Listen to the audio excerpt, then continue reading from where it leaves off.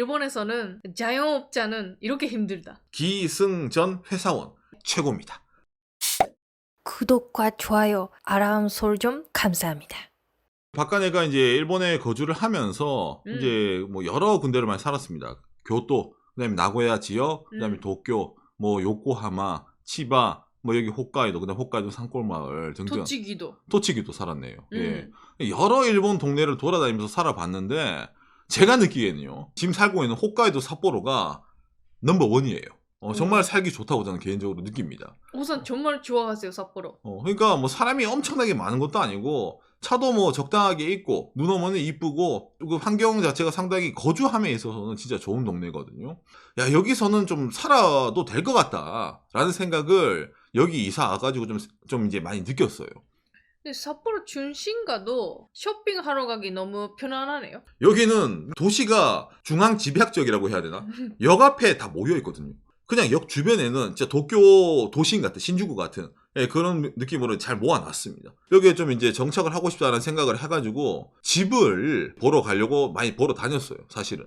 그러면 오늘 집 얘기네요? 그렇죠. 집에 대한 이야기인데, 아니 그렇다고 하더라도 이게 뭐 급작스럽게 집 본다고 이게 뭐 될 일이야 라고 느끼는데, 이게 좀 급작스러워진 이유가 있습니다. 예, 제가 오늘 이걸 설명하기 위해서 이거 자료를 잠깐 들고 왔는데 이거 잠깐 보면서, 일본의 그 모기지 감세 제도라는 게 있어요. 은행에서 주택론을 빌리면 은행에서 흔히 말하는 이자를 뗄 거 아닙니까? 그 은행 이자가 사람들에게 좀 부담이 된다. 그러다 보니까 일본 국가에서는 세금 감면을 해주겠다. 너의 소득세 감면 같은 거 있잖아요. 그런 걸 감면해 줄 테니까 결과적으로는 이자 부담 없이 은행에서 거의 무이자로 돈 빌려서 집을 살 수 있는 시스템을 지금 구축을 해둔 겁니다. 그게 아직까지도 진행 중이에요. 그런데 이게 지금 일본에서 NHK에서 뉴스가 뜨는데 이거를 바꿔버리겠다. 점점 줄여가겠다. 라는 식으로 언론을 지금 띄우고 있는 겁니다.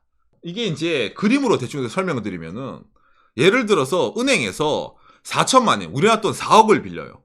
그러면 일본은 금리가 낮아요. 금리 0.5%로 치면은 연간 이자가 20만 엔. 그러니까 우리나라 돈 200만 원이에요. 그런데 아까 그런 세금 감면 제도가 있으면은 실질적으로 연간 공제 금액이 40만 엔. 그러니까 400만 원 정도의 그 공제가 들어간단 말이에요.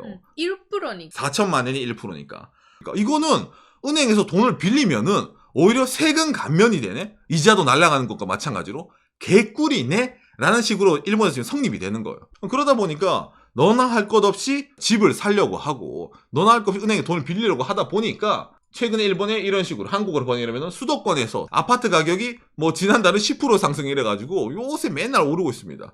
이게 도쿄만 그렇나요? 아닙니다. 당장에 박간혜가 살고 있는 이 삿포로도 지금 오르고 있다 라고 지금 막 이게 나오는 거예요. 제가 아까 삿포로에 정착을 하고 싶다 이런 얘기를 했잖아요. 삿포로는 안 오르겠지라고 생각을 했는데 이 동네도 오르는 거예요. 왜 이 동네가 오를까? 이 동네에 이슈가 많이 있습니다. 삿포로에. 일단은 이거죠. 제일 유명한 게 홋카이도 신칸센. 이래가지고 일본에 이제 고속철, 그게 2030년에 와요. 그러다 보니까 이게 삿포로에 도착을 해가지고 어찌됐든 육로로 도쿄까지 이어진단 말이에요. 그러니까 미리미리 개발 들어가고 재개발 들어가고 선점을 해가지고 나중에 이제 어떻게 돼, 이제 교통 좋아지면 팔아먹자 이런 사람 많이 생기고, 이것뿐만이냐? 아닙니다, 여러분. 제가 2030년에 삿포로에 신칸센이 온다 했잖아요. 이 삿포로가 이 효과 있잖아요. 삿포로 집값 상승과 더불어 재개발을 떡상을 더 시켜보려고 지금 추진하고 있는 게 있어요. 이거 대한민국에서도 별로 안 유명할 건데 뭐냐면 여러분, 이걸 추진하고 있습니다. 삿포로 홋카이도 2030. 2030? 이게 왜? 이거 뭐 신칸센 로고 만들었어? 아닙니다. 동계올림픽. 가자! 지금 삿포로가 2030년 동계올림픽 개최하려고 지금 신청을 해놓은 상황이에요, 여러분. 제일 먼저 손들어 삿포로가. 2030년에 신칸센 오네? 야, 이거 사람들 많이 몰려오기 좋네? 근데 동계올림픽도 하게 되면은 이거는 완전 짝짝꿍이네? 가자! 이거예요. 그러니까 더블로 2030년에 이슈가 생겨가지고, 이게 확정된 건 아닙니다, 동계올림픽이. 경쟁 도시가 별로 없다 보니까 높은 확률로 갈 수가 있겠다라는 식으로 이렇게 나오는 거예요. 그런 얘기 있네요. 그러다 보니까 여러분, 얼마나 이슈가 많아요. 당장에 일본의 2021년 도쿄올림픽이 무관객에다가 욕먹었잖아. 뭔가 좀 깨름직했단 말이야. 2030년 동계올림픽 삿포로로 리벤지를 갑시다라는 이런 풍조까지 있는 거예요. 그러면 어떻게 돼? 향후 10년 계속된다. 뭐? 부동산 가격 상승 삿포로. 이게 계속 뜨는 거야. 네, 그리고 2030년까지에 음. 여러모로 뭔가 빌딩도 생기잖아. 그렇죠. 계속 이제 어쨌든 재개발해가지고 이제 빌딩도 생겨 하는 거예요. 예. 난 여기 삿포로에 계속 살고 싶은데 집값은 계속 올라간다네. 어쨌든 빨리 사는 게 이득이다라는 생각이 들게 되는 거예요. 그러다 보니까 어떻게 됩니까? 다시 돌아와가지고 박간의 오상의 마음이 급해지는 겁니다. 집을 사야 되겠어. 이런 식으로. 이걸 얘기하려고 제가 지금 이거 들고 온 거예요. 그래서 그렇게 지금 아니면 안 된다 해서 집을 사면 큰일 난다. 그래서 집을 많이 보러 다녀가지고 음. 좀 이제 괜찮은 가격의 아파트를 봐가지고 저거 한번 사볼까라고 해서 이제 신청을 한번 넣었어요. 그래서 이제 아파트 부동산 영업하는 담당자 있잖아요. 담당자랑 얘기하면서 지금 좋은 선택입니다. 삿포로 떡상할 거예요 이런 말 하더라고. 그래서 저도 그렇게 생각합니다. 이러면서 이제 했는데 그것도 뭐 월세 내는 거보다는 사서 똑같은 가격 내는 게 낫다. 낫다 해서. 그래서 이제 그런 얘기를 하면서 했는데 문제가 있는 거죠. 저희가 현찰이 많아가지고 여러분 은행에서 돈 안 빌리고 우리 돈으로 집을 산다 못 살죠. 그래서 이제 은행에서 이제 흔히 말하는 주택론 대출 심사 있잖아요. 그거를 이제 심사를 많이 몇 개 넣었어요. 그리고 나서 부동산 담당자한테 전화가 왔어요. 죄송합니다. 대출이 안 된다네요. 왜 안 될까? 외국인이라서? 아닙니다. 이 박간애가 이제 일본에서 이제 지금 자영업을 하고 있거든요. 법인 설립해서 하고 있는데 이게 설립한 지 2년밖에 안 됐어요. 회사 법인 설립한 지가. 일본에서는 기본 주택론 할 때 법인 설립된 지 3년은 지나야지 네가 자영업하고 있는 회사가 안전한지 안 한지 은행이 판단이 선다 이런 말 하는 거예요. 일단은 그지? 에이 되겠지 생각을 해가지고 신청을 넣었는데 웬만한 일본인들 다 떨어진 거예요. 그래가지고 포기를 했었어요. 어쨌든 은행에서 이제 안 된다고 했으니까. 일본에서는 이렇게 주택론 돈을 개인이 빌릴 때는 제일 좋은 게 전사원 직장인. 그렇죠. 회사에 2년 이상 다니는 전사원이면 뭐 거의 다 통과돼요. 거의 다 통과돼요. 그러니까 박간의 오상이 뻘짓한다고 방송 안 하고 그냥 회사 다니면서 은행에 주택론 신청 넣었잖아요. 바로 통과합니다. 바로 한 큐에 통과합니다. 근데 지금은 어찌 보면 개인 사업자 같은 거기 때문에 네가 하고 있는 일에 대해서 적어도 3년 정도는 레퍼런스가 필요하단 말이에요. 아무튼 그래서 이제 떨어졌다는 연락을 받고 마음을 접었어요. 이건 뭐 답이 없다. 그러고 있었는데 갑자기 부동산 그 집 파는 업자한테 전락이 온 거예요. 저기 박상 아직까지 집을 사고 싶은 마음은 가지고 계신가요? 예. 저희가 이제 부동산을 하다 보면 여러 가지 이제 제휴하고 있는 은행이 많이 있는데 그중 한 은행 그 사람이 와가지고 요즘 대출할 건 없냐 이럴 때 박상 얘기를 해보는데 일단 자기 은행에서는 한번 얘기는 들어볼 수 있다라고 얘기를 해가지고 그쪽 은행에서 얘기 한번 하러 와라 이런 얘기를 하는데 박상 어떻게 할래요? 라고 부동산 직원이 전화가 온 거예요. 그래서 이제 어차피 딴 거 다 떨어졌는데 못 먹어도 고지 이런 생각을 해가지고 알겠습니다. 한번 말 들어보도록 하죠. 근데 부동산 누님이 딱 한마디 더 하는 거예요. 근데 박상 그 은행이 요구하는 서류가 좀 많은데 괜찮으시겠어요? 이런 말 하는 거예요. 근데 그래봤자 주택룸 심사하는데 서류 다 똑같지 해가지고 문제 있겠습니까? 그거 이메일로 필요한 서류 있으시면은 알려주세요. 이래가 저희가 준비를 하겠습니다. 이래가지고 전화 끊고 서류 이제 어떤 게 필요한지 메일로 달라 했거든요. 일단 그 메일을 보면서 순간적으로 좀 놀랐습니다. 회사의 몇 년치 결산 자료랑 회사의 회계 내역서랑 그다음에 회사의 앞으로의 매출 있잖아요. 거기에 대한 걸 우리 담당 세무사가 작성해 준 그런 레퍼런스 시료죠. 공식 자료. 그거를 내라. 그리고 회사 주조. 그다음에 회사 통장 너 내라. 그것도 1년 동안. 1년 동안 회사 장부 그거 내라.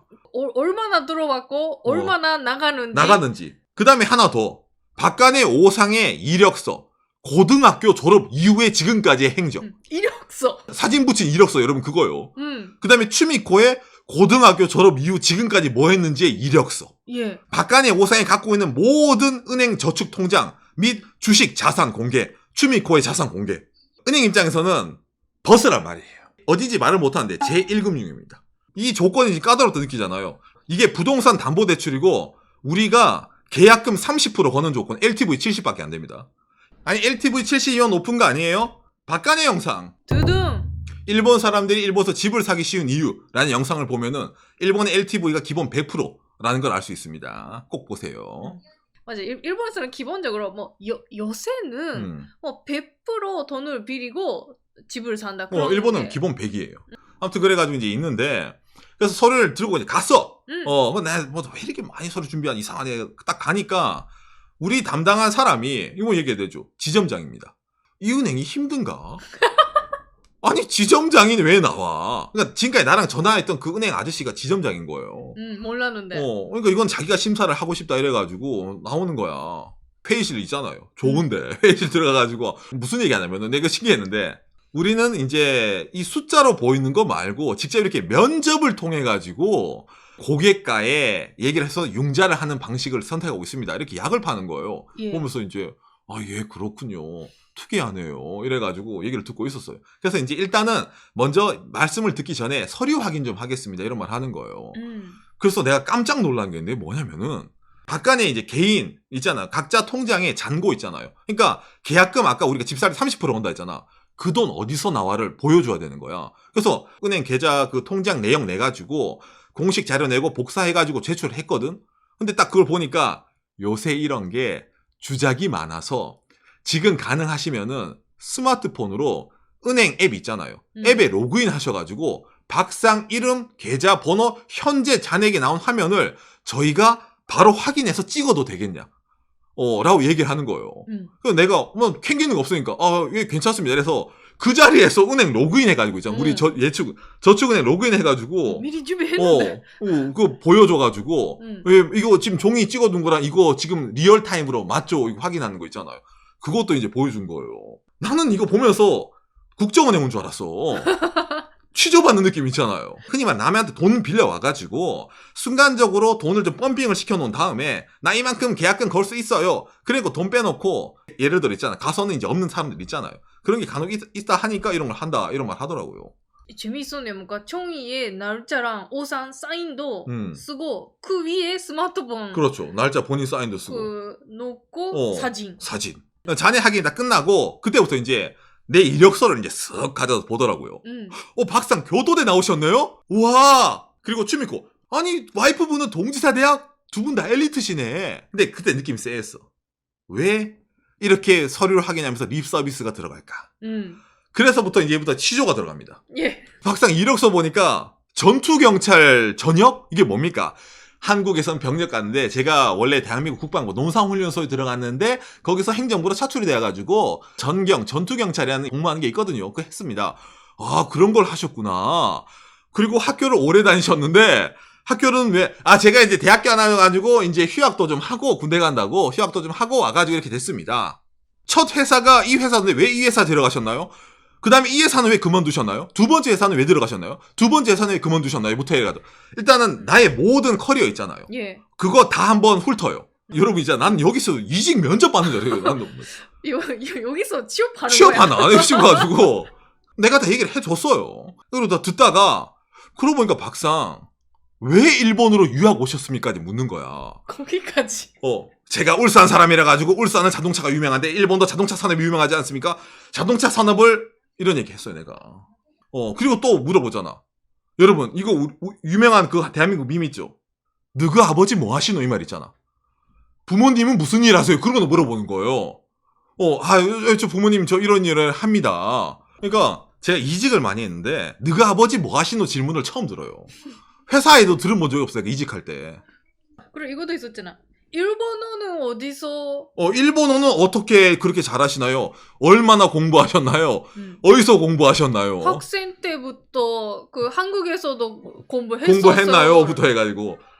아무튼 그래가지고 이제 별의별 걸 다 캐묻고 그 친구가 누더니 이제 정리를 하는 거예요. 예. 이렇게 하셔서 대학에서 이런 경제학부 뭐 공부하시고 자동차 공부하신다 해가지고 뭐 자동차 관련 커리어를 이렇게 하셨는데 지금 하신 일이랑 무슨 관계가 있으신가요? 일단 지금 일에 대해서 좀 자세하게 알려주세요. 이렇게 물어보는 거예요. 내가 일단 딜러에서 약 파는 거면 싫어. 그 인터넷을 통해 가지고 이런 대한민국 사람들의 정보를 전달을 하면서 이렇게 얘기를 합니다. 좀 추상적으로 먼저 얘기를 했습니다. 근데 그 은행 아저씨가 다 보면서 그래서 구체적으로 어떤 일을 하시는데요? 라고 물어보는 거예요. 우리가 항상 어떤 일 하세요라고 할 때 IT예요라고 대답하는데 은행에서는 안 통하죠. 예. 그래서 정확하게 어떤 식으로 일을 하시는 건가요? 예, 유튜버입니다. 예, 기본적으로 유튜브를 통해서 하고 이렇게 하고 있습니다. 채널 알려주실 수 있나요? 그러니까 알려줬어요. 어. 구독자 38만 명. 오, 38만 끄덕끄덕 이런 느낌. 그래서 이제 구체적으로 유튜브에서 어떤 식으로 이제 시청자들하고 이제 얘기를 해가지고 이렇게 하는 겁니다. 그래가지고 이제 그 은행 지점 아저씨가 이제 하는 말이 뭐냐면은 자기가 아는 유튜버라는 직업은 100만 엔이 있습니다. 이 돈으로 뭐 복권을 사봤습니다. 경마를 했습니다. 이런 거 있잖아요. 그럼 뭔가 억으로 하는 게 유튜버 아니에요? 나한테 일단 던지는 거예요. 그럼 내가 어떻게 얘기해요? 유튜버라는 이 필드는 특히 뭐 얘기할 때 사람들이 이런 고정관을 갖고 많이 생각을 하십니다. 근데 유튜브라는 거는 우리가 다른 식으로 생각하면은 이게 하나의 거대 쇼핑몰입니다. 저희 박간의 같은 경우에는 그 유튜브에 하나 입점해 있는 다른 상점이에요. 그러니까 쇼핑몰에 하더라도 음식점, 옷가게, 뭐 구두가게 여러 가지가 있잖아요. 그거랑 마찬가지입니다. 유튜버도 종류가 다양하고 어떤 콘텐츠를 함에 따라 가지고 그 사람들이 어떤 사람을 모으고 그런 다양성이 존재하기 때문에 뭐 그렇게 뭐 여러 가지 어그로를 한다, 뭐 돈을 뿌린다 그런 사람도 물론 있지만은 저희는 어찌 보면 정보를 전달하는 그런 토크 방식의 유튜버로서 나름 건전한 방식으로 하고 있습니다. 라는 식으로 내가 설명을 해줬어요. 그러니까 그러시군요. 그러면 주요 수입원이 유튜브를 해서 하는 조회수인가요? 예, 저희는 이제 유튜브 조회수뿐만이 아니라 채널 멤버십이라는 것도 운영을 해가지고, 일본에서 유명하는 그 있잖아요. 넷플릭스라든지 그 아마존 프라임 이런 거 아시죠? 예, 그런 구독 경제. 예, 저희는 구독 경제를 몸소 실천을 해가지고 채널 내에서 멤버십 운영을 하고 있으며, 거기다 더해가지고 생방송을 진행을 해가지고 시청자로부터 실시간 후원금도 받고 있습니다. 후원금이 이게 뭐냐면은 좋은 컨텐츠를 제공함에 있어가지고 시청자들이 만족감을 얻었다. 그러면은 본인의 사재를 털어가지고 돈을 날려주시는 그런 문화가 있습니다. 그런 게 자기 돈을 날려주. 예. 여러분 은행 사람들은 우리랑 달라요. 그러니까 딱 듣더니 그러면은 본인이 경영하는 회사의 주 수입원이 유튜브밖에 없다는 말씀이시네요. 다른 수입원은 없으신가요? 이걸 묻는 거야. 어찌 보면 사업의 수입 자체가 한 곳에 편중되어 있는 위험한 회사란 말이에요. 그러니까 다른 건 안 하시고요. 왜 안 하세요? 왜 안 하세요? 은행 입장에서는 하나만 하는 게 아니라 문어발식으로 하는 게 은행 입장에서는 좋다고 생각하니까. 그렇죠. 지금 이 유튜버 말고 장래에 본인이 하고 계시는 일에 대한 미래상을 알려주세요란 말 하는 거예요. 앞으로 너는 어떤 식으로 회사를 키워나갈 거고 어떻게 할 거냐. 내가 회사 돈 끌어오는 줄 알았어. 내가 주택담보대출이 아니라. 맞아. 저도 알고 있습니다. 하나에 편중된다는 거는 그만큼 사업 자체 리스크가 큰 걸 저도 알고 있기 때문에 지금은 코로나 시국이기 때문에 움직이기가 힘들다. 실제로 우리가 지금 이렇게 하는 것도 사람과의 대면을 피하는 사업이기 때문에 오히려 코로나 시국에는 리스크가 적은 일을 하고 있다. 그렇기 때문에 이 코로나가 좀 끝나려고 하면 어느 정도 정리가 되려고 하면 움직일 거기 때문에 거기에 대해서는 지금 내부적으로도 준비를 하고 있습니다. 뭐 당장에 얘기하면 여러 가지 지금 방송을 얘기 못하지만 여러 가지 이런 걸 생각하고 있기 때문에 거기에 대해서는 리스크 해지를 하고 있다 라는 식으로 설명을 했어요. 나는 그 치질 난 상태에서 은행에 그 딱딱한 의자에 앉아가지고 내가 열불을 토하는데 그깟 유튜버 일이 뭐가 힘들다고 다른 일 안 해? 이런 거 물어보니까 짜증이 좀 나지만은 그래도 어떻게 됩니까? 제가 이게 아니라 다 있습니다. 저에게도 미래 계획이 있다고요. 계획이 있다. 믿어주세요, 선생님. 그래서 물어보더니 이 사람이 이제 알겠다. 근데 바로 여기서 심사 결과는 저희가 알 수가 없다. 본인이 지점장이라 하더라도 이걸 본사에 올려가지고 이걸 이제 허락을 맡아야 된다. 제 개인적인 마음으로는 박상에게 융자를 드리고 싶은데 본사에서 어떻게 될지 모르겠네요. 라는 식으로 얘기를 하는 거예요. 그리고 또 정말로 충격적인 단어를 한마디 하는 거예요. 이건 제가 방송에 일부러 얘기하는데 여러분 일본에서 변동금리가 평균적으로 0.4%, 0.5%입니다. 거의 제로금리이기 때문에. 예. 35년 은행 대출을 하더라도 연금리가 0.5란 말이에요. 근데 이 아저씨 하는 말이 이번에 통과가 되면은 변동금리로 1.5에서 2 사이가 될 것 같네요. 라는 식으로 얘기를 하는 거예요. 정확하게는 1.6. 1.6에서 2.0 사이. 이 친구들은 시중은행보다 연 1% 이상을 더 뽑아 먹는데 그래도 돈 빌려주기 무서우니까 앉아가지고 지금 취조를 하고 있단 말이에요. 깜짝 놀랐네. 그걸 깜짝 놀란 거예요. 거기서는 표정은 표정은 예. 그것도 감사하죠 이거 있잖아요. 감사하죠 하면서 마음속에서는 최대 2%? 2%? 차라리 한국 가서 내가 땡기는 게 낫지 않나? 여러분들 이게 일본에서 기준금리라는 게 변동금리도 원래 2% 이상입니다. 근데 왜 0.5%가 나오냐면은 우대금리예요. 은행마다 우대금리를 쳐서 해주는 거기 때문에 일부러 그렇게 나오는 겁니다. 0.5%도. 좀 이제 어쨌든 우리는 딴 데는 돈 못 빌리니까 거절 당하니까 일반적으로 일본 기준에서는 어쨌든 얘기한 것마도 감지덕지잖아요. 그지? 그래서 이제 아이고 되면은 좋죠. 그리고 나서 그 말을 듣고 내가 시계를 봤어. 시간이 1시간 40분이 지나는 거예요. 그러니까 내가 1시간 40분 동안 취조를 당한 거예요. 은행에서. 그래가지고 이제 추미코랑 이제 나와가지고 이제 밥 먹으면서 얘기를 했지. 그러니까 추미코가 오상 이래서 집을 사야 되냐. 뭔가 이거는 아닌 것 같다라고 추미코가 얘기를 하는 거야. 그냥 직장이면 바로바로 호가 받고 낮은 이자로 돈을 빌릴 수 있는데 왜 우리는 이렇게 고생해야 되는가? 현타가 왔네. 현타가 오지. 그냥 유튜브 안 하고 직장 했으면은 여러분 이런 거 안 해요. 서류 내면 바로 합격인데 유튜브 한다고 혼자 회사 때려치우고 나와서 찔락닥거리다가 사회의 냉혹함을 이제 한번 맛본 거야 이제. 예. 뭐 그래도 추미코 다른 데는 다 거절을 당했는데 얘기를 들어준 것만 해도 어디야. 일단은 결과 나올 때까지는 기다려보자고 라는 식으로 얘기를 하면서 이것도 공부다. 아무튼 그래가지고 이제 사회 공부를 제대로 했으니까 뭐 어찌 보면 본인을 이제 되돌아보는 기회가 된 거예요. 방송하고 이렇게 많은 시청자분들이 박간이 사랑해 주시고 이러니까 야 뭐 본인이 뭐가 된 것 같이 다 그런 식으로 뭔가 생각할 때도 있는데 그냥 일반적으로 사회 나가면은 이런 사람들이야.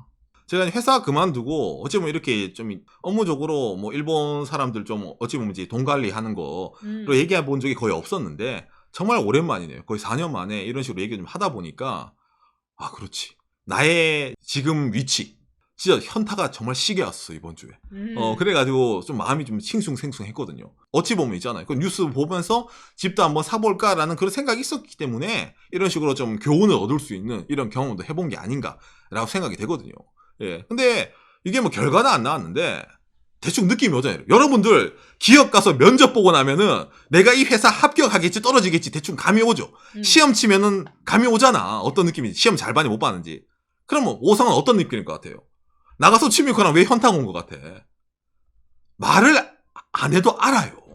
뭔가 말하지 않아도 오늘 고생하셨습니다. 안녕히 가세요. 이 지점장의 인사에 모든 게 많이 담겨 있었단 말이야.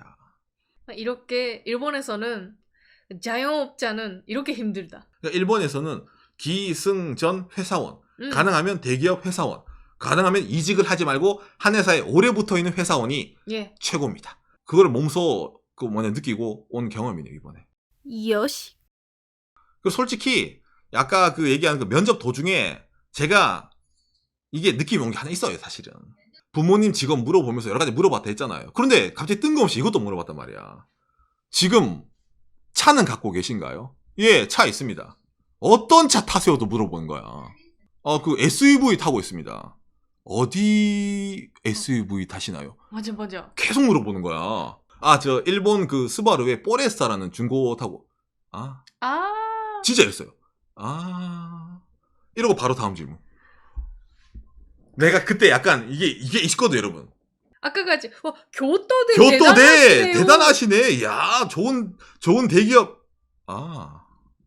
면담 끝나고 나오는데 집에 가는데 계속 머릿속에서 이거 있잖아 이거. 이게 계속 생각나는 거예요. 아무튼 그래가지고 예 여러분들에게 이런 얘기를 좀 해봤습니다. 왜냐면 여러분 어디 가서 이런 거 하소연을 못해요. 여기서 하소연하는 거예요.